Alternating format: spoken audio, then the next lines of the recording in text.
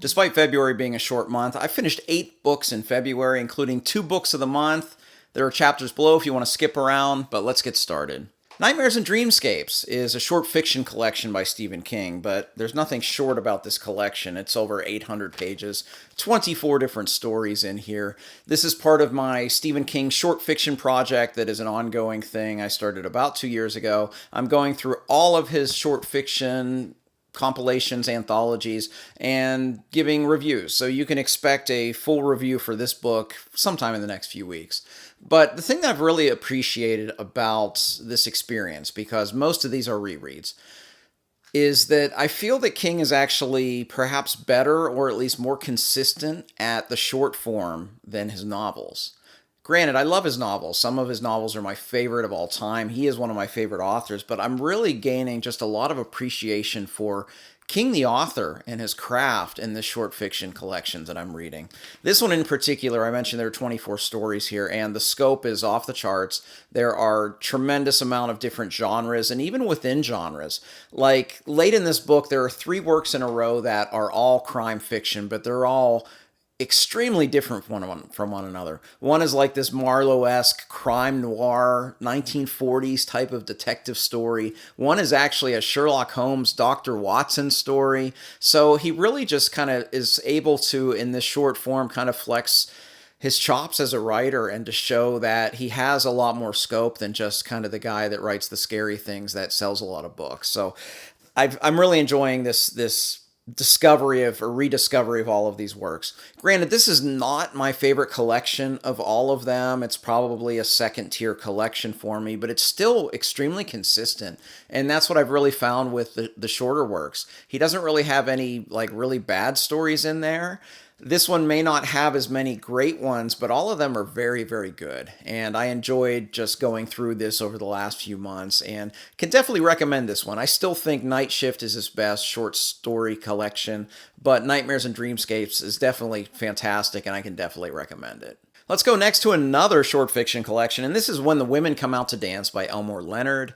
I was drawn to this because there's a short story in here, a longer short story, almost a novella, that's called Fire in the Hole, which is the basis of the television show Justified, which is a top 10 television show of all time for me. I really, really love that show. So I said I wanted to read all the source material. So this short story in here, I already read a novel named Pronto, and I'm going to read 2 other novels, Riding the Rap and Raylan, which are following this character, Raylan Givens. But I want to read more because this really impressed me. There are, I think, 7 or 8 stories in here, and there are 2 aspects of this collection that I just deemed effortless. The first was how quickly Leonard gets you into the story and gets you invested in the story. In a short story, there's not a lot of time, but even so, even some really good short story writers, it may take some time for you to see what's going to happen, but he kind of sucks you in right away because some of these short stories are super short in this collection. That was effortless. The other thing that was effortless for me was his characterization. Some of these characters, within 3 pages, like you knew everything about them. And I was just really blown away and really impressed with this volume. So I've already mentioned that I want to continue reading Elmore Leonard's Raylan Givens stories. But if you've read Elmore Leonard, he's written a lot. I really don't know where to go next, but I want to go somewhere next. So if you're an Elmore Leonard fan, please let me know in the comments section below some of the books of his that you recommend, maybe where I should go next with this author, because I'm definitely going to be exploring this author a bit more in the future. The Law by Jim Butcher is a Dresden Files novella, and this was released between the 17th and 18th books, Battleground and 12 Months, which is the one that just came out in January and was one of my book of the months back in January. And this is a very different story, but it worked really well not reading it in between, but reading it afterwards. And the reason is those 2 books have a lot of heft. Battleground is a huge book in this series, huge repercussions for Harry personally, for Chicago and the world at large, and the supernatural world at large. Just huge things happen. And it's kind of a heavy book, especially at the end. And then 12 Months is the story of just Harry dealing with the aftermath, dealing with the trauma, dealing with the grief that he's going through as to what happened in Battleground. And it takes over the span of 12 months, that book. Well, this is somewhere in that 12-month span. And the reason that I enjoyed reading this after 12 months is because both of those books were so heavy, and this was not. This felt like an early Dresden book where he simply has a case and he has to follow the case and he has to solve the case. It felt like one of those early Dresden stories. So I really enjoyed that. You still have kind of the through narrative of what he's going through, but the focus is not that. It's just a story of him taking a case and trying to solve this. And it still has elements of the world that are great, and I just really enjoyed it. It was a great change of pace after those two heavy books. Now, I listened to the audiobook, and it was not narrated by James Marsters, but I would say that this narrator would be my number 2 choice for Dresden Files. Marsters is amazing. You can't deny that he kind of is Harry Dresden, and he just has done a bang-up job with all of the audiobooks that I've listened to, which is about half the series. Well, the audiobook narrator for The Law is the author, Jim Butcher. And I think the one thing that is maybe even tips it to Butcher's side is the one thing I've always said about audiobooks. I'm not one of those people that says audiobooks aren't reading or anything like that. However, it is a different way to consume the media. And when you are listening to an audiobook, you are listening to the interpretation of the text from somebody else. So there is a middleman between what the author wrote and what you're experiencing. That voice actor may deliver a line differently than the author said to do or thought they did when they were writing it. There may be different pacing. There may be just different ways that dialogues interact. So there's a lot of different ways that an audiobook narrator could often interpret things differently than an author. Well, with the author doing the audiobook narrating, that's not going to be the case. So this is, in many ways, a purer interpretation of what the author's intent is with the book. So I like that aspect of it. But beyond that, Butcher's really good. He has some good voices. Some of the voices are different than Marsters, which is just fine. I thought his delivery was great. He brought the humor out great. He brought out any of the heft in the story out great. I thought he did a really great job. I still prefer Marsters, even though he is kind of inserting himself between you and the author with his interpretation of the novels. But even so, Butcher did a great job with his audiobook, and I enjoyed listening to The Law by Jim Butcher. Dark Lord, The Rise of Darth Vader by James Luceno is a book that is set right after Episode 3, Revenge of the Sith. This is considered Legends now, or it used to be called Expanded Universe, but I call everything canon.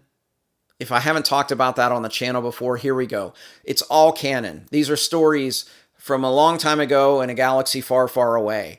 Like, stories get changed, like facts changed. There are discrepancies. I mean, think about Earth. We have one of the biggest belief systems in our world right now. There are different chapters of that sacred text that contradict each other and have discrepancies, but they're literally considered and called gospels. So everything is canon for Star Wars. So whatever you're saying, Disney, you're wrong. This is a canon novel in my mind. Rant over. I enjoyed Dark Lord, The Rise of Darth Vader. This was, again, it's set right after Episode 3. And what I like is I think it pairs really well with that book, which was written by a different author. It was written by Matthew Stover. The novelization of Episode 3, I should say.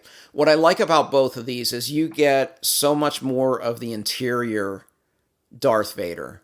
And I felt the one aspect of Episode 3 that was done much better in the novel than in the movie, and I love that movie, was I felt that Anakin's fall into becoming Darth Vader was a little rushed, and it didn't feel earned to me.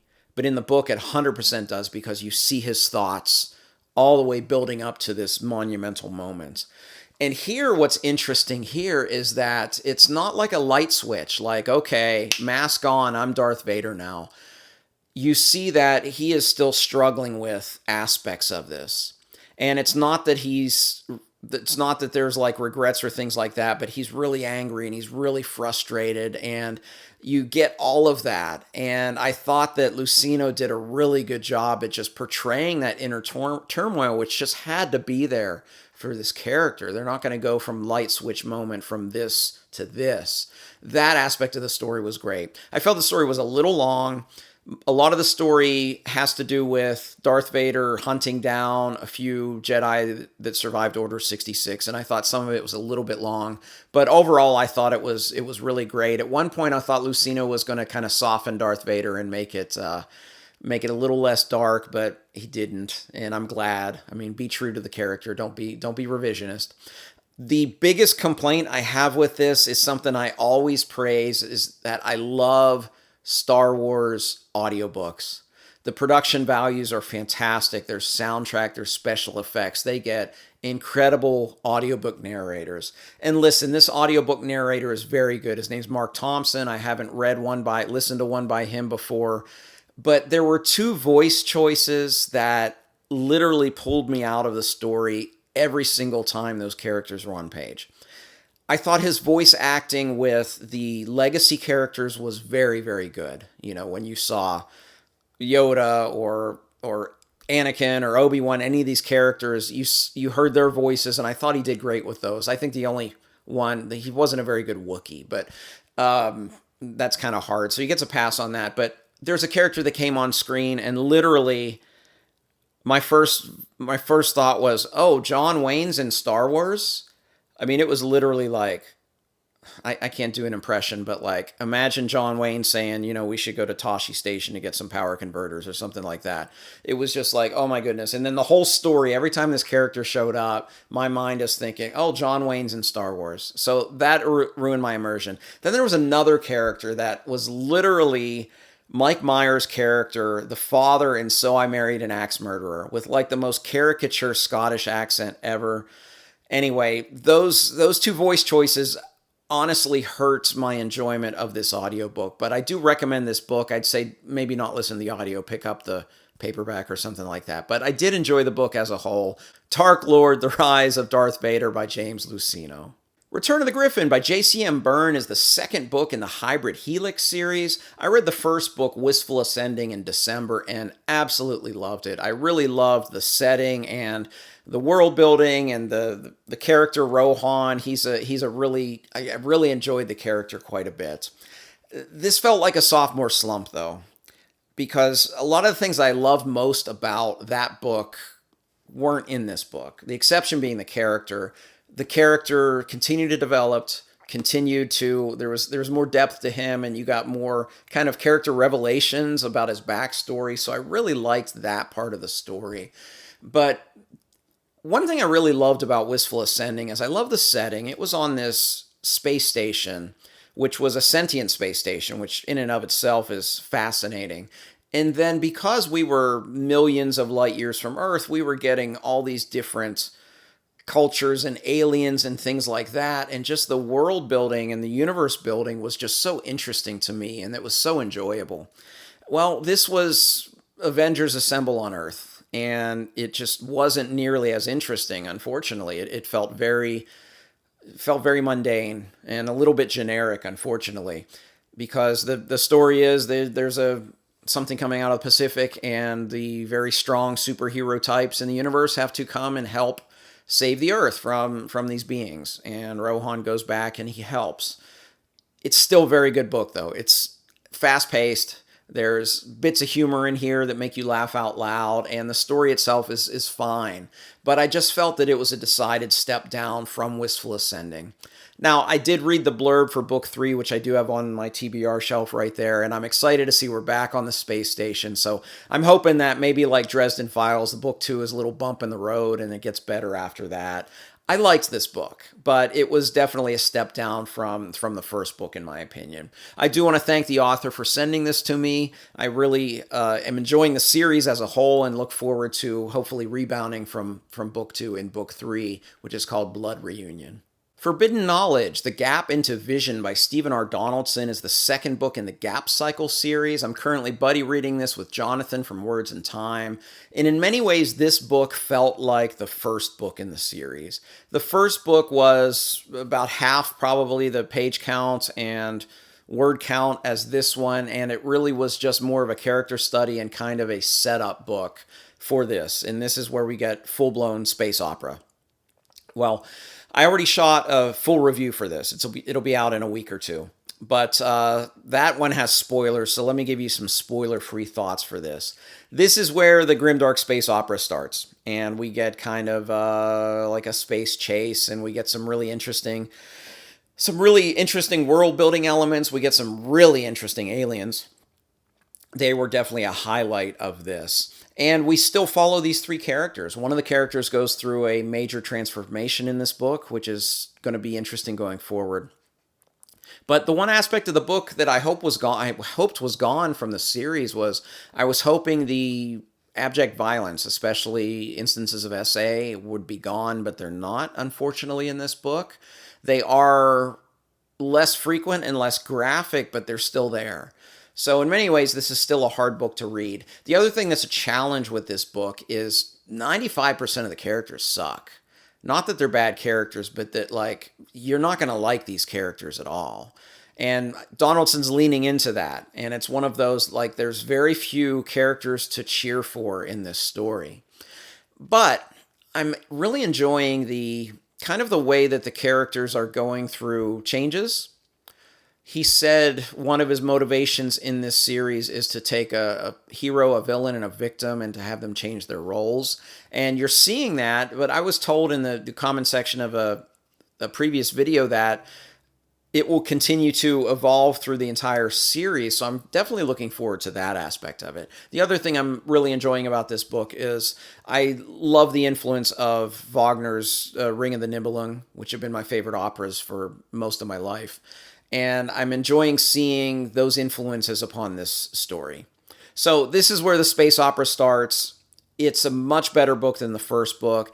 Still not loving the series, but I do feel invested in the series at this point. Mainly because I want to see where it goes. And I want to see if all of these horrible things that Donaldson's writing early in the series do have the payoff, which I've been told they do. And I'm continuing to love just the connections with the opera cycle. So I will be continuing next month the third book in the Gap cycle. And again, if you want to see my full review of Forbidden Knowledge, there will be a small spoiler-free section, but it's going to be mostly spoiler talk. That'll be out in the next couple weeks. All right, 2 books of the month. The first one is predictably A Song for Arbonne. Repeating record, this was my book of the month last month. If you don't know what's going on with me and Song for Arbonne, this was my favorite book of 2 years ago. And I had since read everything. Gavriel has pushed Stephen King down my favorite author list to number 2 because K is my favorite author. And I'm doing a chat on Philip Chase's channel in March. So I said, well, I'm going to listen to it via audio. I still remembered everything about the story, like the themes. I still remembered the characters. I still remember the plot. But one thing I stink at, I'm terrible at remembering character names. I don't know why. I'm just horrible at that. Like, I could tell you everything about, before these rereads, like every character and their whole character arc, but like the name would be lost to me. So I said, oh, I'll just listen to it, and then that'll just remind me all the character names in preparation for that chat. Well, I loved the audiobook experience so much that I wanted to read it again, because I love to read. I like to audiobook. I like to listen to audiobooks. I enjoy it. I love reading, and I love reading great works. I love rereading great works. I said in my GOODREADS review that there's kind of 3 different things you can gain from a reread. You may find out your first thoughts were incorrect. You may confirm what you thought about the book. Or the book its esteem may rise, and that's the case with this. I mean, it was already on my favorite books countdown. I think it was number 4 favorite book I ever read, and I mean, it may even be going up. I just adore this book. I adore everything about this book, and reading it traditionally with my eyes was such a fantastic experience. Even though I just listened to it, I was still in tears at the end. I think it's just such a beautiful book. Just the lyrical nature of his prose style, the story itself, the themes, the characters learning, the cross-cultural learning. I mean, it has so much of just what I love most about literature. And I can gush forever, but I'm going to stop. Song for Arbonne is my co-book of the month. It's a reread. I thought it wasn't fair, just like last month, to just have this kind of sweeping every book of the month. So I do have a second book of the month to talk about. My second book of the month is To Ride Hell's Chasm by Janny Wurts. This is also a fantasy standalone. So fantasy authors, fantasy standalones are great. Why aren't there more of you? You don't need to write the big long series. Write something like this. So there are three things I really loved about To Ride Hell's Chasm. The first was the writing style. It's a bit dense, and it's a bit denser than most writers in this genre, unless you go back quite a long time. As far as modern writers, I can't think of another author. I haven't read another author that has the density of kind of word count and all of that. But it's not challenging to follow. Like the sentence structure and the paragraph structure, although it's a dense tale, it's never unclear. And I've had other authors that don't write as densely, that don't have the clarity of character, the clarity of theme and things like that, like you get in To Ride Hell's Chasm. So I did enjoy the writing quite a bit. And it's different from, I had been reading a lot of her earlier works, and you can see that her style, by the time she had written this, had changed quite a bit. So that's the first thing I really enjoyed. Second thing I really enjoyed, especially in the first half of this book, I had no idea where the story was going. When you read genre fiction, I feel like you're surprised less and less the more you read it. There may be inventive elements within a story, but a lot of times you can see the trajectory of a story, and that's fine. There's nothing wrong with that, but it's fun when the 3 or 4 times a year when I'm reading a work of genre fiction, I totally have no idea where the story's going. I really enjoy just going along for the ride, to use a small pun. So I love that aspect of it. The third thing I really loved about this book is her characterization is very nuanced, very subtle, but still very deep. So let me elaborate a little bit. I love it when I'm reading a book where I don't think I'm invested in the characters, and then something happens, and I find I'm extremely emotionally invested in the characters. And that happened at the end of this book. I did not think I had connected with these characters, 2 of them in particular that dominate the last half of this book, until the end of the book. And then I realized I was 100% invested in their story. I was invested in their characters, and I was fighting back tears at the end of this book because of that. A few other authors that have done that for me that I love. Steven Erikson's very good at that. Justin Cronin's very good at that. I think it's an art that you don't see very often. A lot of times character writers are very obvious that they're character writers, but I love it when it's so nuanced that you don't realize that you have formed a connection with a character like I have here. I think the only thing about this book that didn't hit 100% for me, I felt the last half of the book, because the book is kind of in 2 halves. Last half of the book was a bit long. There were a couple chapters I felt that went on and could have been trimmed a little bit. But other than that, I really enjoyed this book, and I'm glad I finally got to it. Thank you to the author. She sent me this about 2 years ago. My apologies for taking so long to get to it, but I'm glad I finally did, because I really enjoyed this, obviously, since it was my book of the month, February 2026. Well, that was my February. If you've read any of these books, let's chat in the comments section below. Just please label any spoilers for people that haven't read them. And I would love to hear your book of the month, or I gave 2, you can give 2 as well. What were your books of the month? What were the best things that you read in February? If you like this video, please like and subscribe. You can also find me on Twitter, Goodreads, and the Fireside Discord. I'd love to interact with you there. As always, thank you for watching. Till next time, goodbye.